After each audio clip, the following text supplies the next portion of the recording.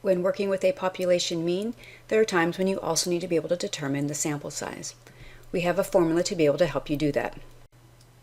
The sample size n is going to be equal to our critical value z sub alpha over 2 times sigma, or the population standard deviation, divided by our margin of error, and the entire quantity is going to be squared.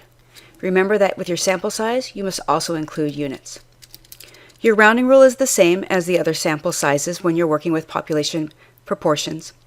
You must always round up to the nearest whole number, or the next whole number, so that your sample size is sufficient enough to meet the confidence level required. If you round down, you will not have enough of your sample to meet the confidence level. Let's look at an example of how we're going to apply the sample size. Assume we want to estimate the mean weight in grams for the population of Snickers bars. How many Snickers bars must randomly selected and weighed if we want a 96% confidence that the sample mean is within 2 grams of the population mean? Assume that the population standard deviation is 5 grams.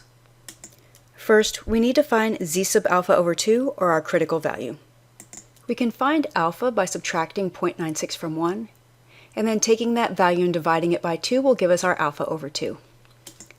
Z sub 0.02 using IMV norm yields us a critical value of 2.054. Remember that your critical values must be rounded to 3 decimals.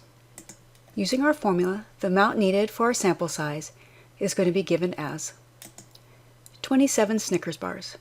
Remember that even though your calculator has a value that looks like you should round down, in order to meet our confidence level of 96%, we need to round up to 27.